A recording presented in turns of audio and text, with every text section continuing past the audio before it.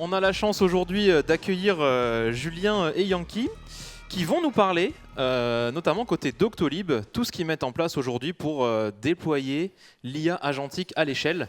C'est pour ceux qui sont venus notamment au Rex ce matin, côté UTech, de se dire on part avec un petit pool de personnes, puis après qu'est-ce qu'on met en place pour faire grandir tout ça. Ils vont nous parler de ça, mais chez Doctolib, on peut les applaudir bien fort.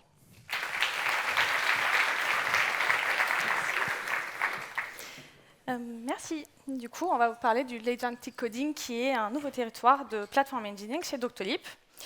Avant de commencer, même si je pense que la plupart d'entre vous savent qui est Doctolib, qu'est-ce qui fait Doctolib, un petit rappel, Doctolib du coup est une entreprise dans la santé numérique qui est leader en Europe. Et on a deux missions principales.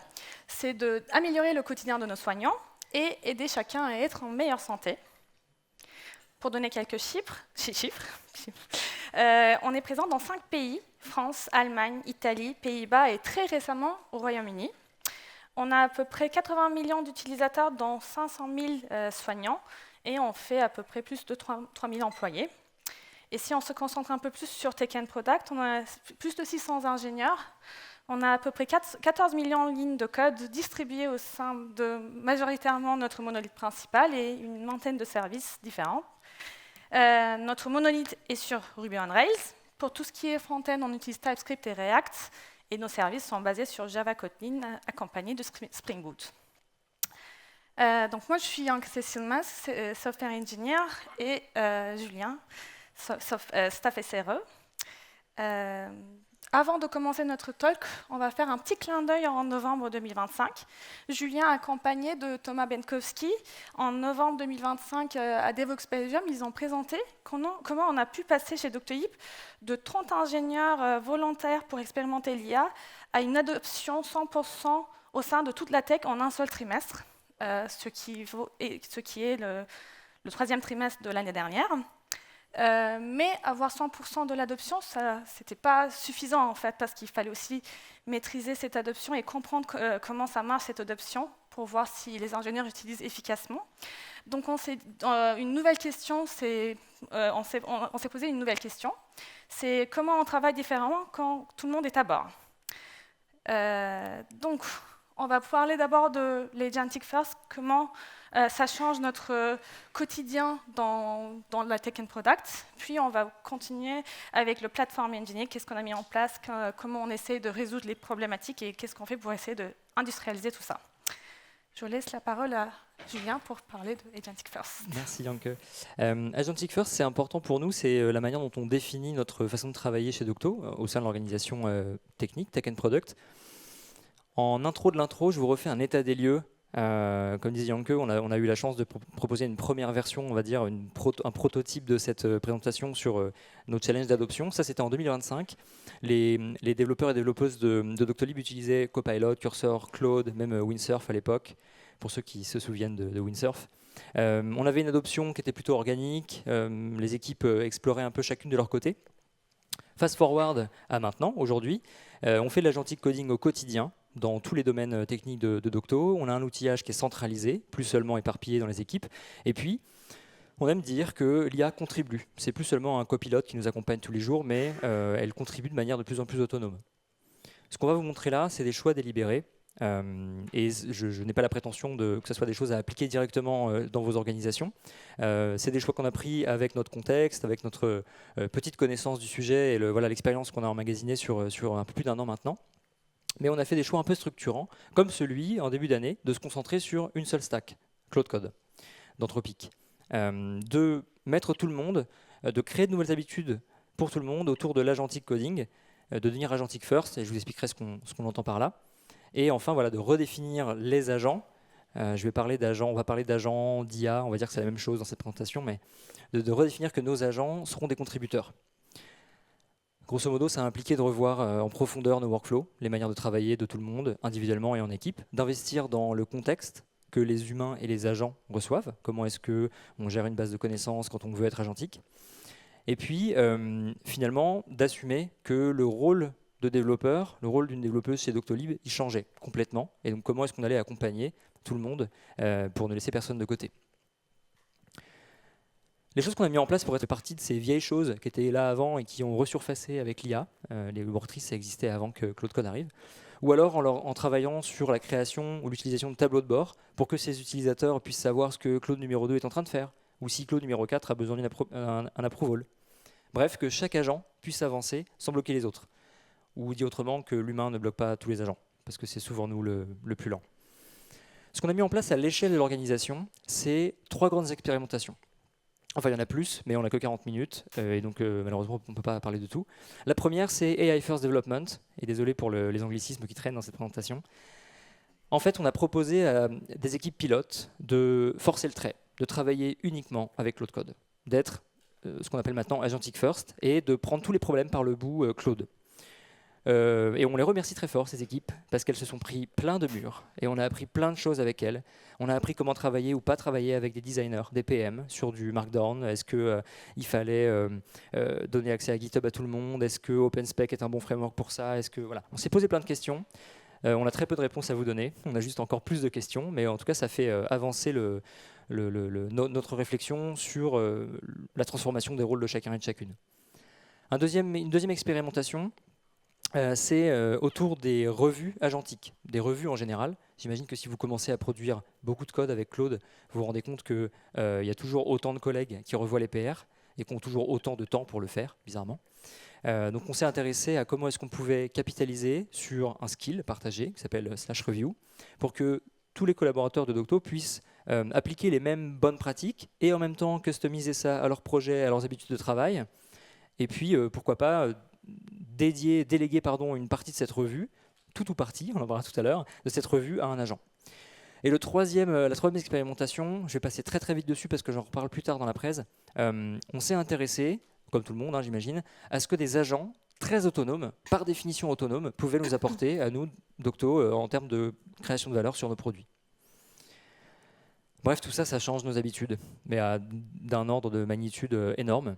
Rien que le fait de se dire qu'on va déléguer notre travail à des agents, pas juste travailler avec Copilot, on dit plus travailler avec Claude, on dit faire du Claude, qu'on a un peu l'impression de pair programmer avec une machine.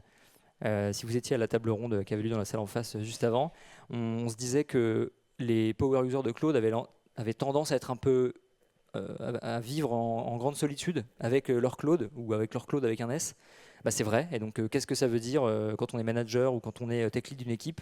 Qu'est-ce qu'on doit mettre en place pour éviter ça, ou en tout cas que ce ne soit pas une souffrance pour les gens? Accepter que le rôle des PM et des designers change aussi. Tout à l'heure, Emmanuel de SNCF Connect disait qu'il fallait faire le deuil, en tant que développeur, le deuil de la partie coding. Il ne faut pas oublier que nos amis PM et designers, ils doivent aussi commencer à faire le deuil d'une partie de leur métier, ou en tout cas de comment ils faisaient leur métier en 2025. Et donc, il faut les accompagner et puis les inclure dans la discussion. Il ne faut pas que qu'être agentique, ce soit juste une histoire de dev. Et puis, en fait, globalement, la question, c'est est-ce que les rituels qu'on a aujourd'hui, ils ont toujours du sens? Qu'est-ce qu'on se raconte en somme le matin quand on a 8 Claudes qui ont travaillé sur 8 tâches différentes la veille? Est-ce qu'on a toujours besoin d'un sum? Est-ce que c'est les agents qui font leur sum entre eux? Non, ne faites pas ça. Mais il faut se poser la question, en tout cas. Comment est-ce qu'on diffuse ça à 600 ingénieurs? Ils sont 600, nous, on est 2. Eh ben on forme comme on peut. On a imaginé, surtout Yanke, je rends à César ce qui était César, une gamme de formations en 3 niveaux internes. Alors on s'est évidemment librement inspiré de tous les efforts que fait la communauté open source sur ces outils. Le premier niveau, il est self-paced. En français, ça veut dire que chacun peut le faire à son rythme. C'est un e-learning. C'est toujours pas français, mais voilà. Ça permet de se remettre à niveau sur les bases de l'agentic coding. Donc ça s'adresse à un public qui fait déjà du Claude Code et qui veut vraiment passer en mode agentique, pas seulement conversationnel. Et voilà, chacun peut le faire quand il veut. On a imaginé une deuxième version qui est plus une masterclass, où là on prend un groupe d'équipes et puis on va leur montrer à l'aide de démos, à l'aide de toy project, comment est-ce qu'ils et elles peuvent se servir de Claude Code. Et puis, ça c'est notre favorite, et c'est aussi celle qui a le meilleur NPS, qui a le meilleur feedback en interne. En fait, on s'assoit avec les gens et on passe du temps entre humains pour apprendre comment travailler avec ces agents. Et ce qui est clé là-dedans, c'est qu'on a pris des vrais sujets. On a pris les sujets du moment de chaque équipe. On a mis de côté nos projets de démo et on a essayé de cruncher les backlogs, de faire de la dette technique, de construire des vrais features que vous avez sans doute déjà dans la poche pendant qu'on discute. Et ça, c'était vraiment le moment où on a eu le plus de de aha moment, de déclenchement d'adoption auprès de nos utilisateurs. Et ouais, là vous vous dites, ça fait 10 minutes qu'ils y sont, on n'a toujours pas parlé de platform engineering, on y vient, et je rends la parole à Yanke pour ça. Merci Julien. Du coup, je vais commencer par notre marketplace. C'est un autre mot que vous avez entendu plusieurs fois aujourd'hui, j'imagine. Ici, ce que vous voyez, c'est notre marketplace de plugins, qui est bien évidemment basé sur la fonctionnalité native de Claude, parce qu'on est full sur Claude. Donc, on a décidé de profiter de ça. Mais on ne voulait pas vraiment s'arrêter juste à avoir un repo qui représente des plugins qui reste très technique et pas très accessible à tout le monde. On voulait le rendre vraiment comme un vrai produit au sein de la Tech and Product. Donc, on appelle ça notre stack de Claude, Claude Stack. C'est un seul marketplace qui centralise plusieurs différents plugins qui sont soit maintenus par nous, par plusieurs équipes ou les deux. Donc ces plugins-là représentent des briques qui packagent les différents artefacts de Claude, comme les skills, agents, hooks, tout ça. Et encore une fois, pour la distribution, on s'appuie sur la distribution native de Claude. Par contre, on fait en sorte de configurer pour que certains plugins soient préinstallés dans les machines pour que les skills s'activent automatiquement, les skills absolument qu'on veut que ça s'active automatiquement, par exemple. Mais tous les autres restent vraiment découvrables grâce à la mise à jour qui est intégrée dans toutes les machines de nos devs. Pour donner quelques exemples, par exemple, on peut déjà dire que cette marketplace gère sa propre cycle de vie grâce à des plugins qui est dans ce marketplace. On a notamment un plugin qui s'appelle Marketplace dans notre Marketplace qui gère toute la revue, la publication, le versionnement des différents plugins. On a un plugin qui s'appelle Télémétrie qui va au-delà des métriques que Claude nous propose, dont je vais vous parler plus en détail juste après. Et aussi, par exemple, un plugin de feedback qui est basé sur l'intégration de GitHub Issues, parce qu'en fait, on voulait que tout le monde peut contribuer à ce repo pour évoluer, améliorer tout ce qui est présent dans cette marketplace. Sinon, nos équipes, du coup, ils ont des différents types de plugins. Par exemple, on peut imaginer avoir un plugin d'onboarding spécialisé à une équipe ou une domaine. Comme ça, un nouveau arrivant peut juste regarder, grâce à ces agents-là, peut directement rentrer dans le code, comprendre le code base, comprendre l'écosystème de cette équipe ou de ce domaine.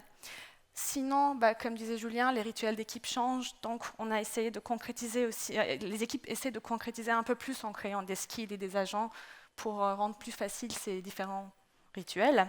Et enfin, des plugins un peu plus techniques pour des automatisations comme automatiser les releases, les migrations.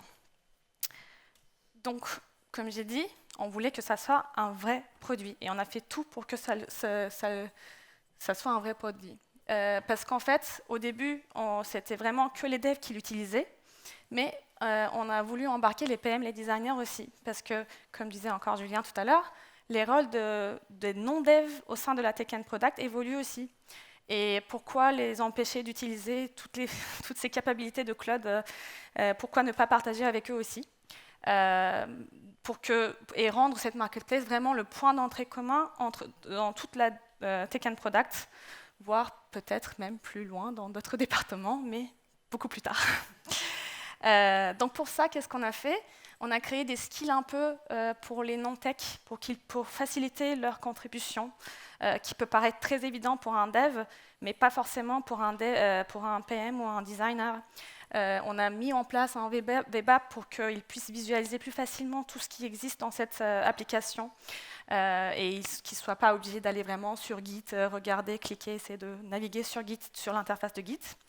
Donc on a essayé vraiment penser à l'adoption et du coup, même dans notre web app, on montre un peu les tendances des différents skills qui sont utilisés pour créer un peu de l'excitation de « Ah, tu vois, ça c'est utilisé, tiens, je vais essayer », par exemple. Donc voilà. Et la télémétrie dont je parlais tout à l'heure, en fait, on ne se contente pas juste de regarder le volume d'utilisation, nos dépenses, nos coûts. Si on met un marketplace, si tout le monde contribue à cette marketplace, on est un peu submergé des différents skills et des agents. Donc il fallait absolument qu'on ait aussi une granularité un peu plus fine pour voir ce qui marche bien ou pas d'ailleurs aussi. Comme ça, si un truc marche bien, un skill qui marche bien, un agent qui marche bien, on essaie de le promouvoir, son utilisation, et on essaie de comprendre pourquoi ça marche mieux, et si on peut adapter d'autres skills à cette skill qui marchait déjà bien, ou inversement, si un skill ne marche pas, pourquoi on le garde. On essaie de comprendre pourquoi ce n'est pas très utilisé.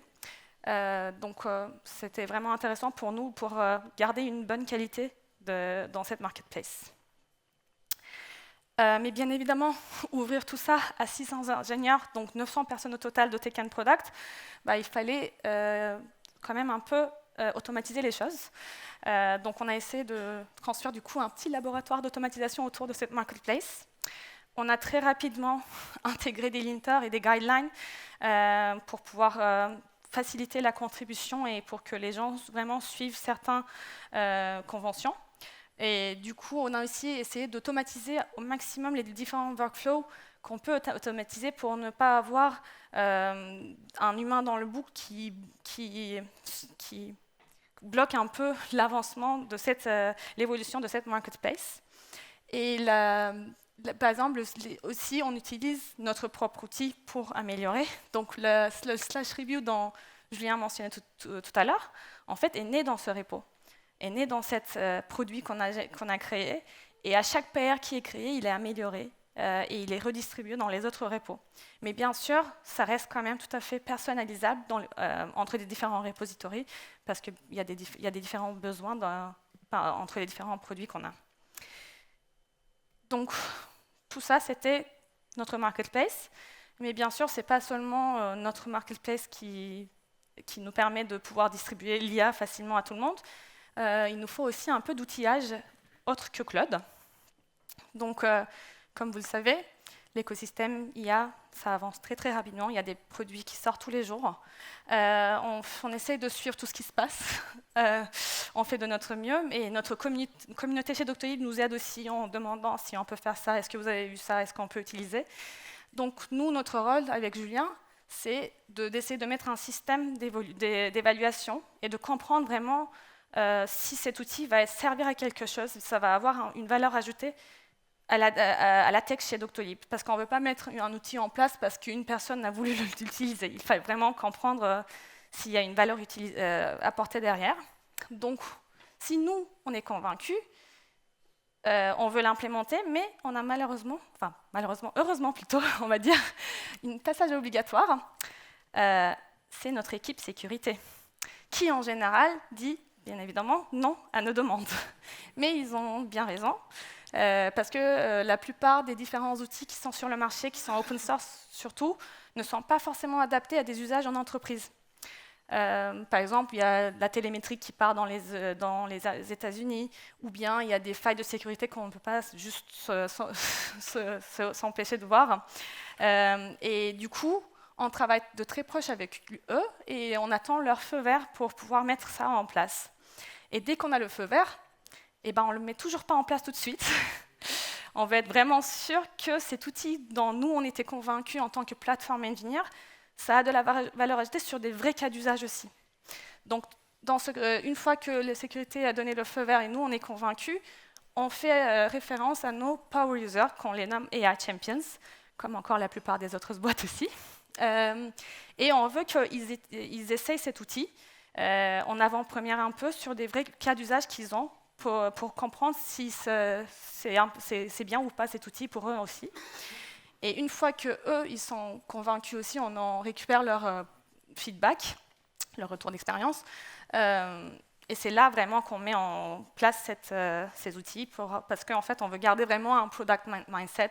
On ship ce que nos users demandent et ni plus ni moins. Voilà. Et en fait, parfois, les outils standards ne sont pas forcément suffisants pour nous ou ce n'est pas adapté à notre utilisation. C'est dans cet état d'esprit qu'on a par exemple fait un tout petit outil très lightweight qu'on a appelé Clodat. C'était vraiment une manière très très simple en mode read-only qui nous permettait de visualiser tous les différents plans, les conversations, les différents artefacts générés avec OpenSpec distribués dans des différents repos. dans un seul point d'entrée, sans vraiment changer d'environnement, on pouvait tout voir. Mais on l'a voulu garder assez lightweight dès le début, donc on a gardé en read-only, on l'a construit vraiment au-dessus de Claude, pas vraiment à côté. Et on a mis un petit peu d'observabilité pour voir si les gens vont l'utiliser. Nous, on pensait que c'était vraiment un besoin, mais on a mis quand même notre observabilité pour suivre son utilisation. Et en fait, ça a tenu que quelques semaines. On l'a déprécié assez rapidement, non pas parce que les gens ne l'utilisaient pas, mais c'est plutôt parce qu'Anthropic a décidé de mettre en place Cowork, qui répondait un peu à tous les besoins qu'on avait essayé de régler avec Clodat. Mais c'était intéressant d'avoir ça, parce qu'en fait, on a appris que savoir ne pas construire, c'est aussi important en travaillant avec l'IA. Parfois, il faut juste un peu regarder les tendances. Quand on voit qu'il y a plusieurs petits outils qui commencent à naître d'ici par là, en fait, les entreprises shippent leurs solutions natives à côté assez rapidement. Et s'ils ne le font pas, il y a une raison derrière.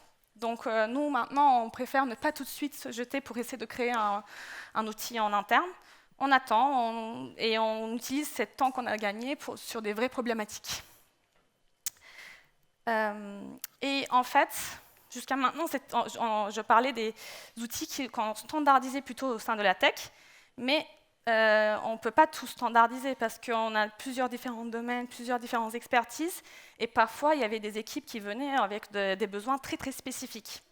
On n'allait pas leur dire non, vous ne pouvez pas avoir votre outil bien sûr, mais du coup, dans ce cas-là, on les accompagnait, on ne faisait pas l'outil pour eux. On était là en mode support, on les accompagnait, mais on faisait en sorte qu'ils mettent encore bien l'observabilité dessus. Et parce qu'en fait, même si ça reste un outil pour une équipe ou une domaine, ça reste un produit interne et qu'il faut que ça soit observable pour qu'on puisse suivre l'adoption et la qualité. Donc, les remote agents, par exemple, ça reste aussi un outil en interne. Et on a essayé de ne pas réinventer la roue non plus pour les mettre en place. Et je laisse la parole à Julien pour en parler. Merci. Je pense que vous savez de quoi on parle, mais je fais un rappel rapide. Les remote agents, ce matin j'ai lu Software Factory, je pense que ça couvre un peu la même chose, mais l'idée c'est, ça a été popularisé par des grandes entreprises comme Stripe, Spotify, qui ont les Minions ou Honk. L'idée c'est la même à chaque fois, c'est une nuée, un essaim d'agents autonomes qui vont coder, tester, pourquoi pas déployer de manière autonome leur code. Et l'enjeu, nous on a vu ça, l'enjeu pour nous, pour l'équipe plateforme, il était double. D'abord, aller voir s'il y avait une appétence chez Docto pour ce genre de plateforme, parce qu'il peut ne pas y en avoir, spoiler, il y en a eu. Et s'il y avait une certaine appétence, comment est-ce qu'on déployait ça à l'échelle comme on peut, c'est-à-dire, souvenez-vous, hein, on est 2, ils sont 600, il faut qu'on fasse quelques choix malins. Pour vous expliquer le petit choix malin qu'on a fait, je veux vous faire un petit dessin rapide de ce que c'est que ce genre de plateforme. Il vous faut de quoi gérer des workloads et les orchestrer, donc un orchestrateur. Je pense que vous voyez où je veux en venir. De quoi gérer un état, quelques métadonnées, parce que vous allez vouloir faire de la reprise sur session, du debugging local, etc. Et puis, beaucoup de guardrails, donc grosso modo, des skills, des instructions qui vont expliquer aux agents quoi faire. Et en fait, on avait déjà tout ça chez Docto, parce qu'à gauche, c'est GitHub Action, et à droite, c'est notre marketplace, avec les skills qui préexistaient même à la demande d'avoir des agents autonomes sur le cloud. Donc on a pris du scotch, du carton et GitHub Action, et on a fait notre propre plateforme de remote agent interne. Alors c'est génial GitHub Actions, parce que ça fait au moins 5 ans pour la plupart d'entre nous qu'on travaille avec. On sait manipuler les primitives d'orchestration, on sait gérer des self-hosted runners, donc on a pu les décliner pour faire du cloud. On s'attend que à chaque fois à ce que ces agents output une pull request, donc même pour nos utilisateurs et utilisatrices, on est à la maison, on est dans GitHub. On sait comment observer cette plateforme, on capture déjà tous les logs, des traces, des métriques qui viennent de nos runners. La gestion des permissions, des accès, c'est la même que pour GitHub et GitHub Actions. Les secrets, là aussi, on injecte les secrets de la même manière que sur la CI. Et puis, cette marketplace, souvenez-vous, derrière la web app, c'est un repo. GitHub. Donc très simple aussi de le brancher sur nos runners. Les guardrails, un petit zoom dessus, il y a 3 grandes familles. Il y a ce qu'on appelle ici le master prompt. Donc c'est une suite d'instructions qu'on donne à tous nos agents autonomes qui disent bah voilà, tu t'appelles Claude, tu travailles chez Doctolib, tu es tout seul dans ta CI, tu es en isolation. On lui rappelle aussi ses contraintes. Il y a donc ce set de skills dédiés qui vit dans la marketplace, qui très concrètement vit dans un plugin qui s'appelle CI ou Remote. Donc on dit aux gens de ne pas installer ces skills-là sur leur machine. C'est vraiment pour des agents autonomes. Et puis, il y a évidemment le dernier niveau, donc ce que l'utilisateur va demander comme tâche. Traite ce ticket, explore tel bug, etc.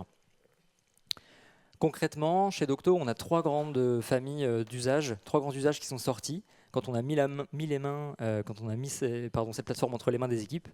D'abord des équipes qui avaient un backlog de tickets qui était un peu tout prêt. Vous savez ce truc de dette technique là, que personne ne veut traiter, mais les tickets sont là, très bien définis. Il y a les objectifs clairs. Et ben, ils ont commencé à nourrir ces agents 1 par jour, 2 par jour avec ce backlog.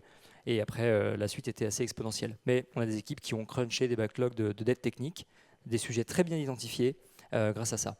Le deuxième use case, c'est cette fois-ci un peu plus réactif. On a des équipes qui ont branché leur error management, Datadog ou Sentry chez nous, sur la création d'un job d'agent. Donc il y a une erreur en prod, on va lancer un agent, on va lui fournir un maximum de contexte, on va le laisser travailler. Et si ça se passe bien, s'il est confiant, alors on a défini ce que ça voulait dire être confiant, et ben il va ouvrir une PR qui va potentiellement fixer l'erreur qui vient d'apparaître. Et puis un troisième usage qu'on a appelé Standard Changes. C'est un gros mot pour dire qu'on a confié des grandes migrations techniques à cette armée d'agents. J'ai bien envie de zoomer avec vous là-dessus. En gros, le principe, c'est je vais le faire à l'envers, c'est de shift l'approval le plus left possible. Là, je parle dans un franglais infernal, mais le shift left m'intéressait. Voilà, c'est ça qu'il faut retenir, comme le shift security left. En gros, l'approval humain, dans ce cas précis, il vient très en amont de la création de valeur, de la création de code.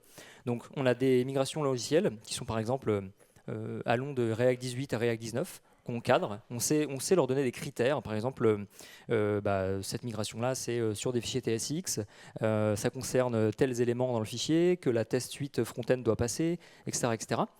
L'agent les exécute, et une fois que c'est fait, il y a un autre Claude qui parle avec Claude, il y a un autre Claude qui vient valider l'APR, certes le code, mais aussi l'adéquation avec le contrat de base. Et si ces 2 cases sont remplies, si la CI est verte, la revue est bonne et que le contrat est respecté, il n'y a pas de revue à ce moment-là. Le code est mergé. Il y a une revue a posteriori, il y a des équipes qui ont des techniques différentes, mais on a réussi à retirer, à shift left le passage de l'humain. On est obligé de couper à un moment donné. Comme on disait tout à l'heure, on a envie de vous partager plein d'expérimentations, aussi des expérimentations qui ne se sont pas bien passées. On vous a évidemment raconté des choses qui étaient plutôt joyeuses. Avec Yanke, on a horreur de ces talks là qui finissent par à suivre, next step. Du coup, c'est pas ça qu'on vous montre. C'est plutôt un peu de matière à réfléchir. Et pour lancer les discussions, si vous voulez venir nous voir après dans l'espace central, de notre petite expérience, de notre petit rôle d'équipe plateforme, on se rend compte que les équipes ont ont vraiment besoin d'être accompagnées sur cette transformation.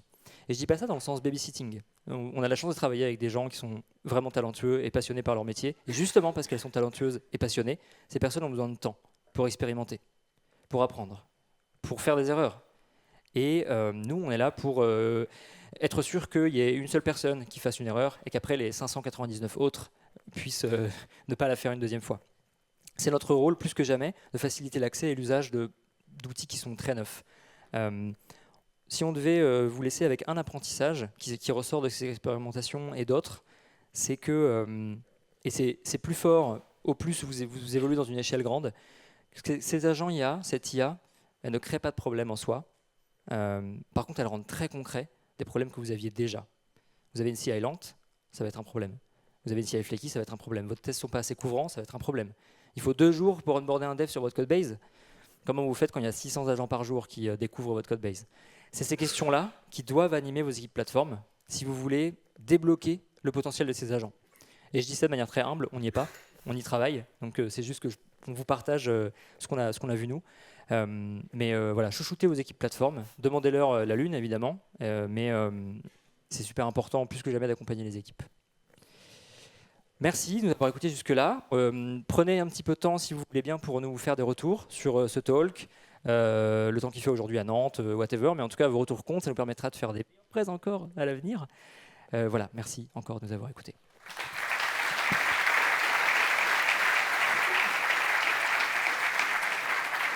On a le temps pour des questions, donc n'hésitez pas.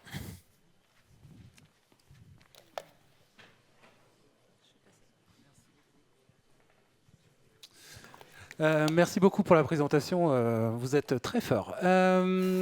Dites-moi, vous avez, a priori, le budget token n'a pas l'air d'être trop un problème chez vous.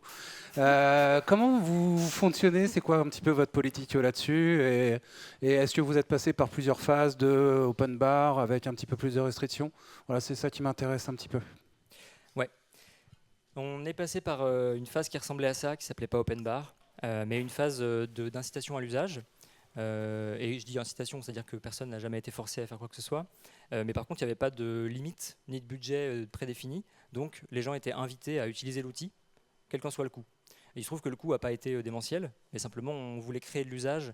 Je me souviens qu'à un moment donné, c'était très tôt dans notre expérimentation, on avait carrément masqué le coût de chaque session dans Claude pour que les gens en fait, ne se focusent pas là-dessus. Et on a eu en partie raison, parce qu'on a vraiment des gens qui ont construit les habitudes de travail. Et on n'a pas eu trop de mal à réintroduire ensuite de l'optimisation. Et pour compléter la réponse, aujourd'hui on est dans le temps de l'optimisation. On a un monitoring qui est assez complet. Comme disait Janke, on complète ce qui est built-in en termes de télémétrie par Cloud Code avec des hooks custom qui nous apportent d'autres choses, qui enrichissent un peu avec la structure de l'organisation d'Octo, etc. Donc on peut faire des budgets par domaine, par équipe. Et en fait, c'est notre vision de la chose. Les tokens qu'on dépense, c'est un budget d'équipe. Donc en tant que manager, où est-ce que tu mets ton budget? Est-ce que tu le mets sur un projet de réduction de dette que tu peux cruncher en 2 jours? Ou est-ce que tu le mets pour agrandir ton équipe, pour les features que tu dois livrer? C'est évidemment pas infini. Le budget de l'organisation technique ne bouge pas. C'est juste une manière différente d'organiser tes centres de dépenses. C'est une façon de faire. Et on essaie aussi de partager quand même les bonnes pratiques d'utilisation, parce qu'en fait, il y a certaines personnes quand même qui pensent que plus ils dépensent de l'argent, plus ils dépensent de tokens, ils pensent qu'ils sont les meilleurs utilisateurs de l'IA. Donc on essaie d'éviter ça aussi. Donc c'est pour ça qu'on a les formations, on essaie de partager beaucoup d'articles, on fait des newsletters en interne aussi pour sensibiliser sur l'utilisation aussi.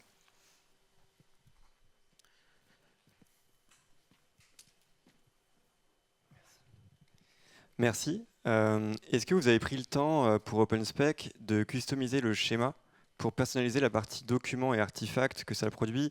Et si oui, est-ce qu'il est différent ce schéma-là selon vos équipes ou les profils de personnes qui interviennent? Oui, en fait, au début, les 4-5 équipes pilotes dont on avait dit maintenant vous faites que de l'IA et rien d'autre. Au début, en fait, ils n'ont pas pris le temps pour personnaliser les schémas de base de OpenSpec. Et c'est là qu'il y a eu de plus en plus de friction et ils n'étaient pas contents du tout. Surtout les PM, les designers, c'était pas du tout le format qu'ils étaient habitués à avoir. Donc, ils n'étaient pas du tout contents. Et c'est grâce à ces frictions, grâce à ces problèmes qu'ils ont eus, qu'ils ont commencé à essayer de personnaliser de plus en plus. Mais je ne peux pas dire qu'en fait, on a un seul template qui marche pour tout le monde. Chacun personnalise un peu avec ses propres manières de travailler, parce que chez Doctolib, en fait, on n'a pas une seule manière de travailler, ça change vraiment d'équipe en équipe. On a des bonnes pratiques qui sont partagées, mais chacun adapte quand même à ses besoins. Donc, il y a une constante, c'est que les schémas custom qu'on voit, ils ont moins d'artefacts que le standard. Donc il y a par exemple scoping tasks et les specs, scoping specs tasks.